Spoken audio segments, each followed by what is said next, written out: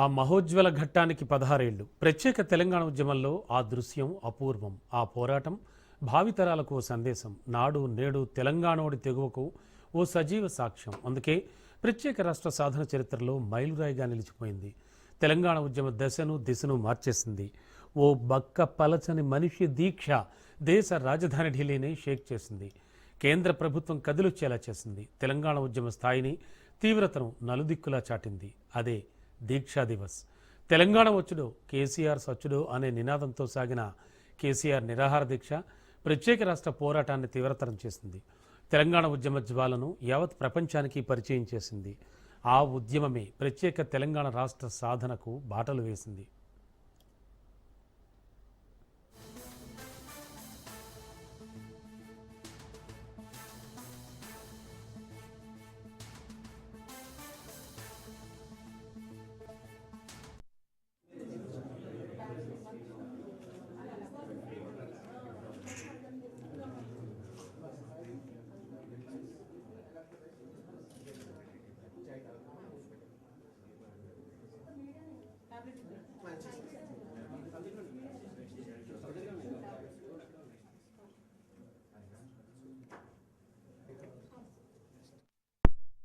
2009 November 6వ తేదీన ఆమరణ నిరాహార దీక్ష చేపడతానంటూ సంచలన ప్రకటన చేశారు కేసీఆర్. గులాబీ దళపతి ప్రకటన నాటి పాలకుల గుండెల్లో ప్రకంపనలు పుట్టించింది. చెప్పినట్లుగానే నిరాహార దీక్ష కోసం వ్యూహరచన చేశారు. 2009 నవంబర్ 26వ తేదీ తీగల గుట్టపల్లిలోని ఉత్తర తెలంగాణ భవన్కు చేరుకున్నారు కేసీఆర్. ఆ సమయంలో ఆయన అడ్డుకోవడానికి నాటి కాంగ్రెస్ ప్రభుత్వం శతవిధాలా ప్రయత్నించింది. 144 సెక్షన్ విధించి ఉక్కుపాదం మోపింది.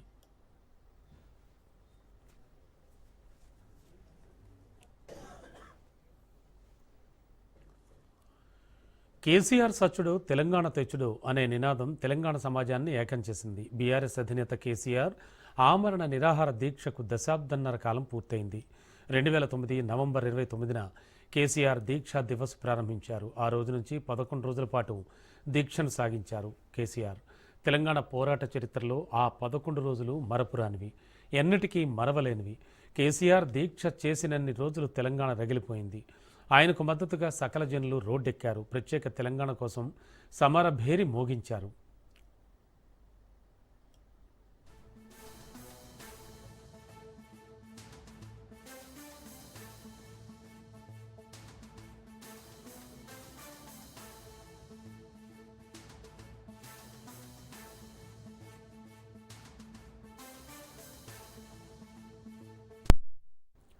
తెలంగాణ రాష్ట్రం కోసం కేసీఆర్, కేసీఆర్ కోసం తెలంగాణ జనం అన్నట్టుగా సాగింది దీక్షా దివస్. ఆ ఉద్యమ ఘట్టాలు కరుడుగట్టిన సమైక్యవాదుల్లో కూడా మార్పు తీసుకొచ్చాయి. ఢిల్లీ పాలకుల మెడలు ఉంచాయి. బండెనక బండి కట్టినట్టు గులాబీ దండు వెనక ఉప్పెనే కదిలింది తెలంగాణ సమాజం. ఆ పోరు తెలంగాణను చూసి కేంద్రం దిగొచ్చింది. ప్రత్యేక రాష్ట్రం చేస్తున్నట్లు ప్రకటన చేసింది. డిసెంబర్ 9న తెలంగాణ రాష్ట్రం ఏర్పాటుకు ప్రకటన వెలువడిన తర్వాతే కేసీఆర్ తన దీక్షను విరమించారు. దీంతో అప్పటి వరకు కొంతమంది వరకే తెలిసిన తెలంగాణ ఉద్యమం ప్రతి ఒక్కరికి తెలిసింది. మేధావుల నుంచి సామాన్యుల దాకా తెలంగాణ దావానలల్లా పాకింది.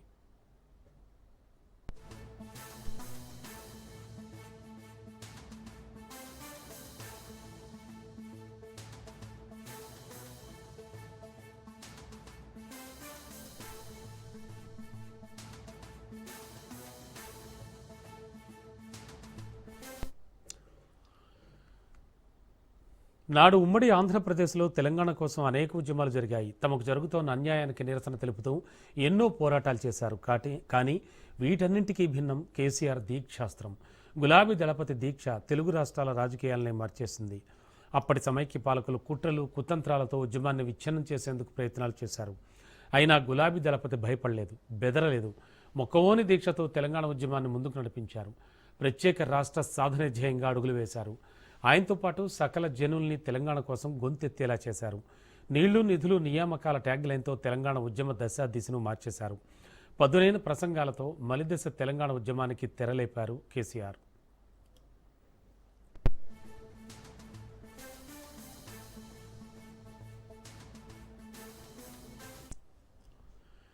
ఇనుప కంచెలు, ముళ్లబాటలు, బారికేడ్లు గులాబీ కారుకు బ్రేకులు వేయలేకపోయాయి.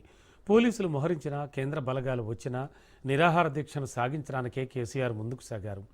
నవంబర్ 29న తెలంగాణ భవన్ నుంచి సిద్దిపేటకు బయలుదేరారు.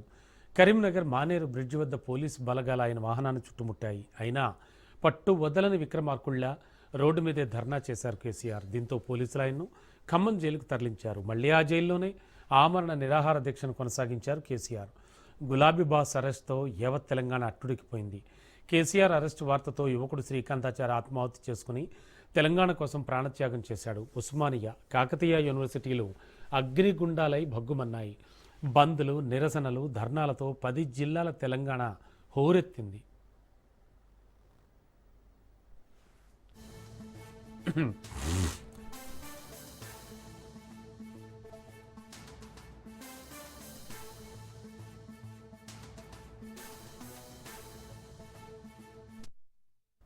డిసెంబర్ 1న తాను లేకున్నా ఉద్యమం నడవాలని కేసీఆర్ ప్రకటించారు. డిసెంబర్ 2న పార్లమెంట్లో బీజేపీ అగ్రనేత అద్వానీ కేసీఆర్ దీక్ష గురించి ప్రస్తావించారు. డిసెంబర్ 3న కేసీఆర్ను హైదరాబాద్లోని నిమ్స్కు తరలించారు. డిసెంబర్ 4న తెలంగాణ వస్తే జైత్రయాత్ర, లేకుంటే నా శవయాత్రని కేసీఆర్ ప్రకటించారు. 5న తెలంగాణ కాంగ్రెస్ సీనియర్ నేత వెంకటస్వామి, చిరంజీవి, చంద్రబాబు సహా పలువురు కాంగ్రెస్ ఎంపీలు కలిసి దీక్ష విరమించాలని కోరినా కేసీఆర్ నిరాకరించారు. 6న నాటి ఉమ్మడి ఆంధ్రప్రదేశ్ అసెంబ్లీలో 14F రద్దు చేస్తూ తీర్మానించారు. కేసీఆర్ ఆరోగ్యం క్షీణిస్తోందన్న సమాచారంతో తెలంగాణలోని పలుచోట్ల నిరసనలు వెల్లువెత్తాయి. బంద్లు జరిగాయి. ఎటు చూసినా జై తెలంగాణ నినాదమే వినిపించింది. వరుస బంద్లతో బస్సులు, రైళ్లు స్తంభించిపోయాయి. లాయర్స్, ఇంజనీర్స్, మేధావులు, రాజకీయ నాయకులు, ఉపాధ్యాయులు, విద్యార్థులు ఇలా 4.5 కోట్ల మంది ఒక్కటయ్యారు.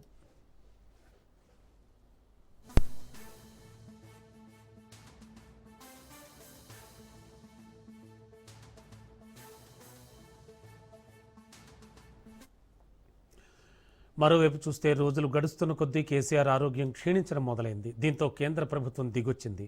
అప్పటి కేంద్ర హోంమంత్రి హోదాలో ఉన్న చిదంబరం తెలంగాణ రాష్ట్ర ప్రక్రియ ప్రారంభించామని ప్రకటించారు. ఇక ఆ ప్రత్యేక రాష్ట్రం ప్రకటన వెలువడ్డ తర్వాత డిసెంబర్ 9న కేసీఆర్ ఆమరణ దీక్షను విరమించారు. అనంతరం సీమాంధ్రలో సమైక్యాంధ్ర కోసం ఉద్యమాలు మొదలు కావడంతో ప్రత్యేక తెలంగాణ రాష్ట్ర విషయంలో మళ్లీ 23వ తేదీన కేంద్రం వెనక్కి తగ్గింది.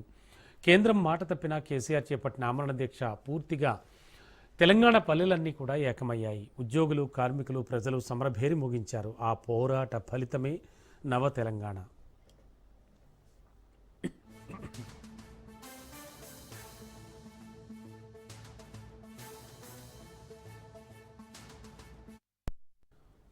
కశ్మీర్ నుంచి కన్యాకుమారి వరకు ప్రజలంతా తెలంగాణకు జైకొట్టారు. దేశ రాజకీయ వ్యవస్థను ఒప్పించి, మెప్పించి, కులాలకు, మతాలకు అతీతంగా అందరినీ కలిపి తెలంగాణ తీసుకొచ్చారు కేసీఆర్. తెలంగాణ ఇచ్చిన ఘనత కాంగ్రెస్దైతే తెలంగాణ తెచ్చిన ఘనత మాత్రం ముమ్మాటికి కేసీఆర్ది.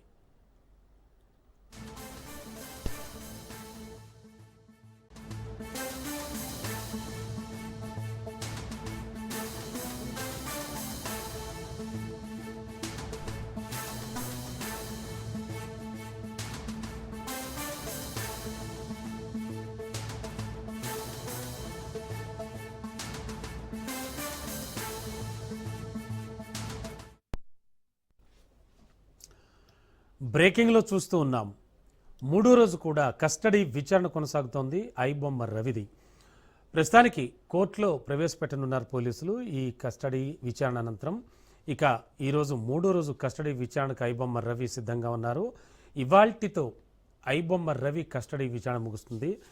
ఇక పైరసీ కేసులో సాంకేతిక వివరాలు అంటే టెక్నికల్ ఎవిడెన్స్తో పాటు దేశ విదేశాల్లో ఏజెంట్లు, ఉద్యోగుల వివరాలపై కూడా ఆరా తీశారు.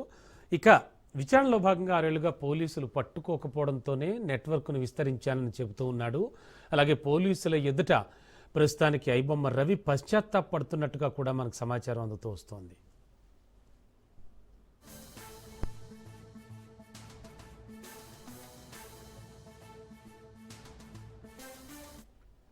ఇదే అంశానికి సంబంధించి లేటెస్ట్ ఇన్ఫో మా కరెస్పాండెంట్ రత్నకుమార్ అందిస్తారు. రత్న, ఏం జరుగుతోంది?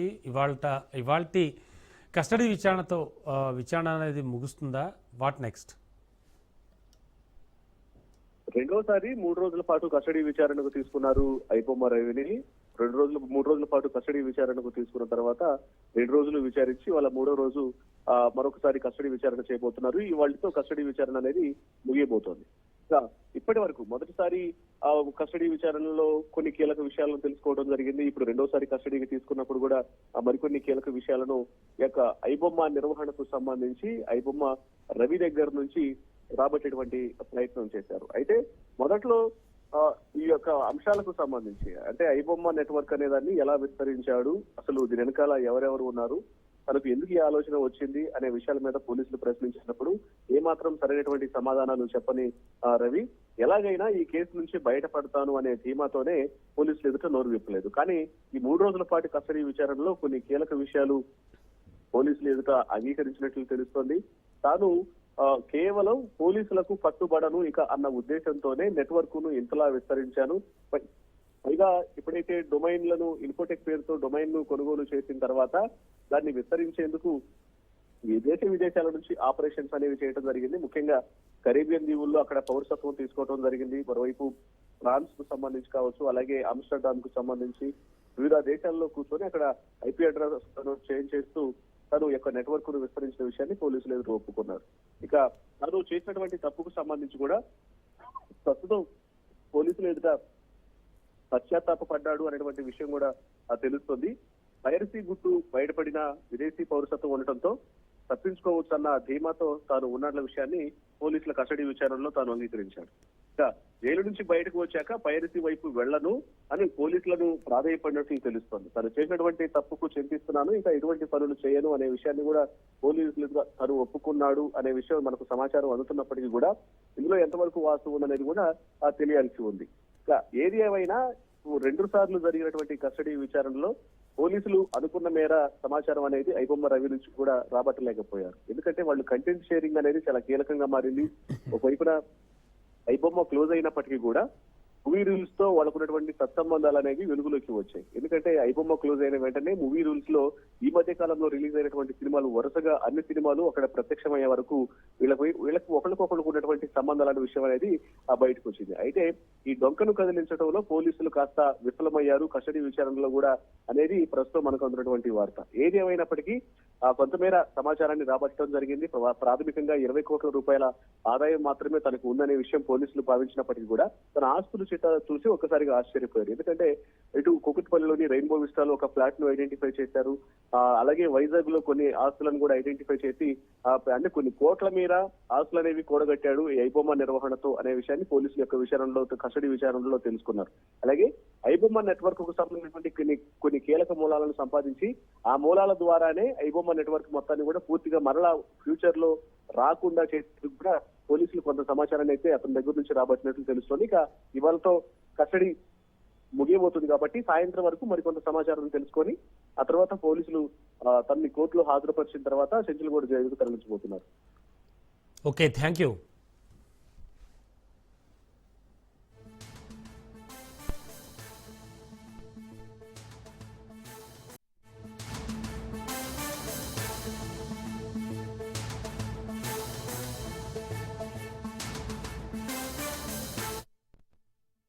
బ్రేకింగ్ లో చూస్తున్నాం. హైదరాబాద్ మలక్పేట్ ఎంఎస్ కాలేజీలో మాస్ కాపింగ్ కలకలం రేపుతోంది. డిగ్రీ పరీక్షల్లో ఎంఎస్ కాలేజీలో మాస్ కాపింగ్ ఆరోపణలు వినబడుతున్నాయి.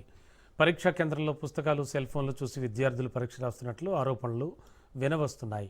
సెమిస్టర్ పరీక్షల్లో పెద్ద ఎత్తున అక్రమాలు జరుగుతున్నాయి. స్క్వాడ్ వస్తున్నారన్న సమాచారంతో విద్యార్థులు పుస్తకాలను రోడ్లపై విసిరేశారు. దీంతో రోడ్లపై వెళ్లే వారి పుస్తకాలు, స్లిప్పులు పడ్డాయి. దీనికి సంబంధించిన వీడియో ఒకటి సోషల్ మీడియాలో వైరల్గా మారింది.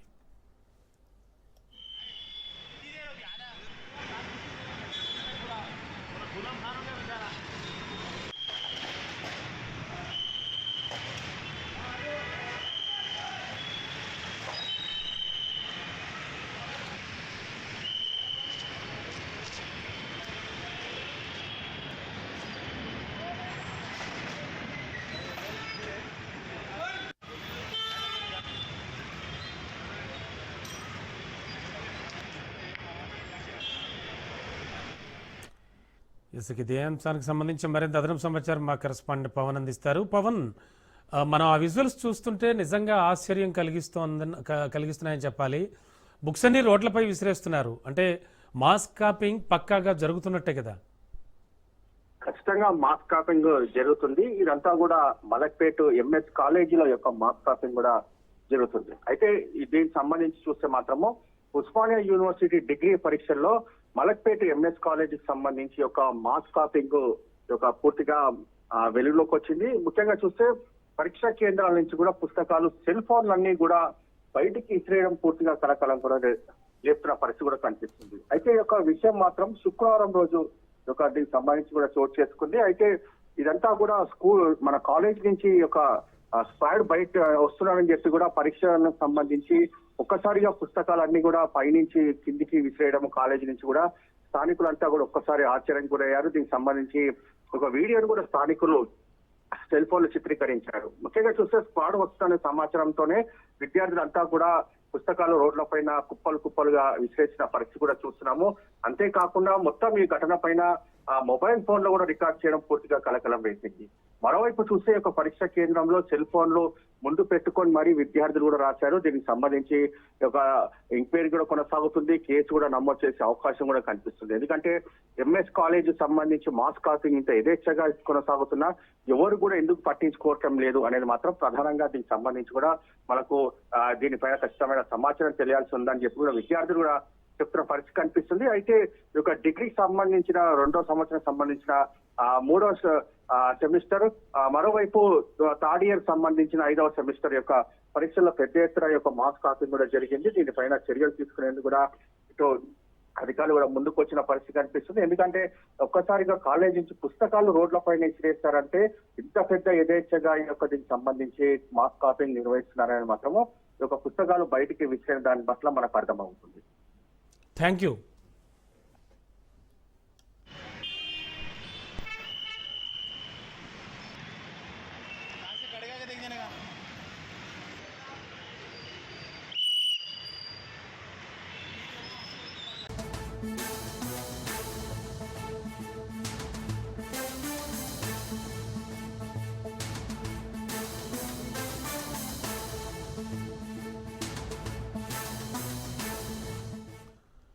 బ్రేకింగ్లో చూస్తున్నాం. జనగామ జిల్లా తరిగొప్పుల మండలం మాన్సింగ్ తాండాలో కత్తుల కొమురయ్య అనే వ్యక్తిని సర్పంచ్గా ఏకగ్రీవంగా ఎన్నుకున్నారు గ్రామస్తులు. అలాగే ఉప సర్పంచ్, 6 వార్డుల సభ్యులు కూడా గ్రామస్తులు ఏకగ్రీవంగా ఎన్నుకున్నారు. గ్రామస్తులంతా కలిసి తమను ఏకగ్రీవంగా ఎన్నుకోవడంపై కొమురయ్య హర్షం వ్యక్తం చేస్తున్నారు. గ్రామస్తులంతా కలిసి తనపై నమ్మకంతో గ్రామ సర్పంచ్గా ఎన్నుకున్నారని, గ్రామాభివృద్ధికి కృషి చేస్తానంటున్నారు కొమురయ్య.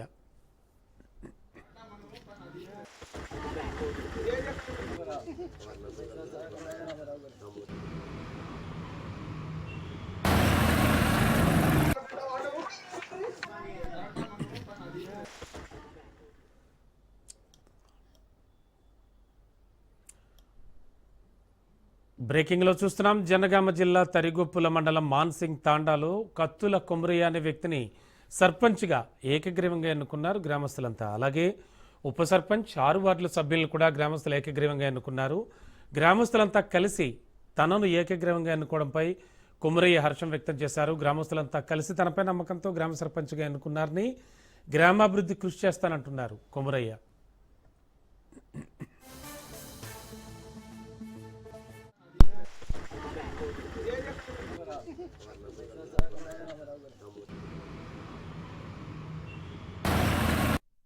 జనగాం జిల్లా తరిగొప్పుల మండలం మాన్సింగ్ తండ. నా అభిమానంతో చిన్నప్పటి నుంచి నేను కష్టపడతాను, కష్టం సుఖాలు చూసినాడు మంచి వ్యక్తి, మంచోడు. ప్రజలు నన్ను ఎన్నుకున్నారు. వాళ్ళ కొరకు నేను మంచి వ్యక్తినే మంచోడని ఎన్నుకున్నారు, మంచి గుర్తించారు. నేను వాళ్ళ కొరకు నా ప్రాణం పోయేంత వరకు నేను వాళ్ళకు సహకరిస్తా, వాళ్ళకు నేను ధన్యవాదాలు చెప్తాను. ఏకగ్రీవంగా కత్తుల కొమురయ్యని ఎన్నుకోవడం జరిగింది. అతను మా గ్రామం గురించి, పేదోడైన చిన్నతనం నుండి ప్రజల గురించి అహర్నిశలు కష్టపడి ప్రజల సహకారంలో ఆయన ముందున్నందుకు మా గ్రామ ప్రజలందరూ అతనికి ఏకగ్రీవంగా అన్ని పార్టీలకు అతీతంగా అతనికి మా గ్రామ సర్పంచ్గా ఎన్నుకోవడం జరిగింది. అతను కూడా మా విలేజ్లో సీసీ రోడ్లు కానీ, మట్టి రోడ్లు కానీ, అన్ని విధి దీపాలు కానీ అన్ని ఆయన ఏ పదవి లేకుండా సహకారం చేసినందుకు ప్రజలు గుర్తించి అతనికి ఏకగ్రీవ సర్పంచ్గా నియమించినందుకు ప్రజల తరపున, యూత్ తరపున, మహిళల తరపున, అందరి తరపున మా గ్రామ ప్రజలకు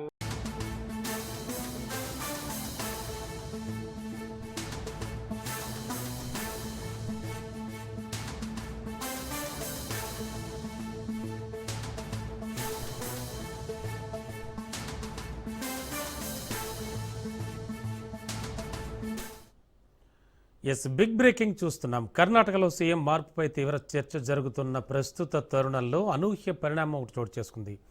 అధిష్టానం సూచనతో డిప్యూటీ సీఎం శివకుమార్ను సీఎం సిద్ధరామయ్య బ్రేక్ఫాస్ట్ మీటింగ్కి ఉదయం ఆహ్వానించారు. తమిద్దరికి హైకమాండ్ నుంచి ఫోన్ కాల్స్ వచ్చాయని ఇద్దరు సమావేశమై మాట్లాడుకోవాలని సూచించారట. దీంతో ఇద్దరు బ్రేక్ఫాస్ట్ మీటింగ్తో సీఎం మార్పుపై స్పష్టత వచ్చే అవకాశం ఉందంటున్నారు. సాయంత్రం సీఎం సిద్ధరామయ్య ఢిల్లీకి వెళతారు.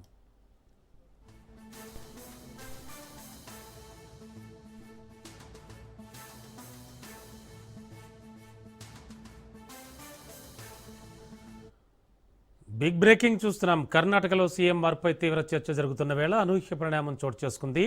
సీఎం సిద్ధరామయ్య డిప్యూటీ సీఎం శివకుమార్ని బ్రేక్ఫాస్ట్ మీటింగ్ పిలిచారు ఈ ఉదయం. అసలేం జరగబోతోంది కర్ణాటకలో?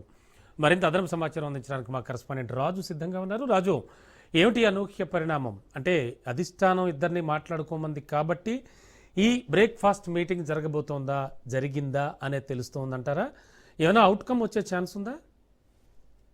రమణ, ప్రధానంగా మనం చూస్తా ఉన్నాము కర్ణాటకలో రాజకీయం రోజు రోజుకు కూడా మలుపులు తిరుగుతా ఉంది. ప్రధానంగా ముఖ్యమంత్రి పీఠంపై ఇరువురు నాయకులు కూడా ఖచ్చితంగా సిద్ధరామయ్య ప్రస్తుతం ముఖ్యమంత్రిగా కొనసాగుతా ఉన్నారు. సో 5 ఏళ్ల పాటు సుదీర్ఘంగా ప్రభుత్వానికి డోకా లేదు, తనే ముఖ్యమంత్రి పదవిలో ఉంటానన్నట్టుగా కూడా అర్థం వచ్చే విధంగా కూడా ఆయన ట్వీట్లు పెడతా ఉన్నారు. అదే విధంగా తమ వర్గానికి సంబంధించినటువంటి నాయకులు కూడా అదే ధీమాను వ్యక్తం చేస్తా ఉన్నారు. ఒక పక్క డీకే శివకుమార్ కూడా ఖచ్చితంగా ఇచ్చిన మాటను నిలుచుకోవాలని చెప్పేసి కూడా ఒకవైపు కాంగ్రెస్ పార్టీ అధిష్టానానికి కూడా ఇటు హెచ్చరికలు పంపిస్తా ఉన్నారు. మరొక పక్క ఖచ్చితంగా 2.5 సంవత్సరాల తర్వాత ముఖ్యమంత్రిని ఖచ్చితంగా మార్పు చేసుకుంటామని చెప్పేసి ఒప్పందం జరిగింది. ఒప్పందం ప్రకారం ఖచ్చితంగా తనకు ముఖ్యమంత్రి పదవిని ఇవ్వాలని చెప్పేసి కూడా మొదటి నుంచి డీకే శివకుమార్ కోరుతా ఉన్నారు. అయితే ఈ ఇద్దరి మధ్యలో ఉన్నటువంటి వివాదం ఏదైతే ఉందో దీనికి సంబంధించి ఇద్దరు నేతలు కూర్చొని మాట్లాడుకోవాలని చెప్పి కూడా అధిష్టానం ఇప్పటికే సూచించడం జరిగింది. దీనికి సంబంధించి నిన్న సిద్ధరామయ్య ఈ రోజు డీకే శివకుమార్ ను బ్రేక్ఫాస్ట్ మీటింగ్ కు ఆహ్వానించడం జరిగింది. బ్రేక్ఫాస్ట్ మీటింగ్ కు కొద్దిసేపటి క్రితమే డీకే శివకుమార్ సిద్ధరామయ్యతో భేటీ అయినట్టుగా కూడా తెలుస్తా ఉంది. దీనికి సంబంధించి ఎక్కడ కూడా ఏదైతే పార్టీ అంతర్గత విషయాలు కావచ్చు, ఇతర విషయాలు కావచ్చు బయటికి పొక్కకుండా సామరస్యంగా పరిష్కరించుకోవాలని చెప్పి కూడా అధిష్టానం వీళ్ళిద్దరికీ సూచించినట్టుగా కూడా తెలుస్తా ఉంది. అధిష్టానం పిలిస్తే ఢిల్లీకి వెళ్తానని చెప్పేసి కూడా ఇప్పటికే డీకే శివకుమార్ చెప్తున్నటువంటి పరిస్థితి కనిపిస్తా ఉంది. దీనికి సంబంధించి ఏదైతే కాంగ్రెస్ పార్టీ అధ్యక్షుడు మల్లికార్జున ఖర్గే కూడా 2 రోజుల క్రితమే బెంగళూరు నుంచి ఢిల్లీకి చేరుకున్నారో అక్కడ జరుగుతా ఉన్నటువంటి పరిణామాలన్నింటినీ కూడా ఇటు కాంగ్రెస్ పార్టీ అధిష్టానానికి కూడా ఆయన చెప్పడం జరిగింది. ఇటు రాహుల్ గాంధీ అదేవిధంగా ఇటు కేసీ వేణుగోపాల్ తో ఇప్పటికే ఖర్గే రేపు సమావేశం కాబోతా ఉన్నారు. కర్ణాటకలో అసలు పరిస్థితిని ఏ విధంగా దాన్ని సద్దుమనగాలని చెప్పేసి కూడా దానికి ప్రయత్నాలు ఏ విధంగా దానికి ముగింపు పలకాలని చెప్పేసి కూడా ఒకవైపు ఇటు కాంగ్రెస్ పార్టీ అధిష్టానం అయితే చర్చలు చేస్తా ఉంది. ప్రస్తుతం అయితే కర్ణాటకలో deputy CM DK Shivakumar, CM సిద్ధరామయ్యలు కూడా బ్రేక్ఫాస్ట్ మీటింగ్ అయితే కలిసినట్టుగా కూడా తెలుస్తా ఉంది. అయితే ఇక్కడ ఈ ఇద్దరు కలయిక ద్వారా అవుట్కమ్ ఏమొస్తుంది? ఎందుకంటే వీళ్ళు మార్చే ప్రసక్తే లేదు ముఖ్యమంత్రిని అని చెప్పేసి కూడా ఒకవైపు వాదనలు వినిపిస్తున్న నేపథ్యంలో ఏం జరగబోతా ఉంది కర్ణాటకలో? ముఖ్యమంత్రి మార్పు తక్షణం జరుగుతుందా లేదంటే ఆయన కొనసాగిస్తారా అన్న ఉత్కంఠ మాత్రం ఇంకా కూడా కొనసాగుతా ఉంది. Ramana, thank you Raju.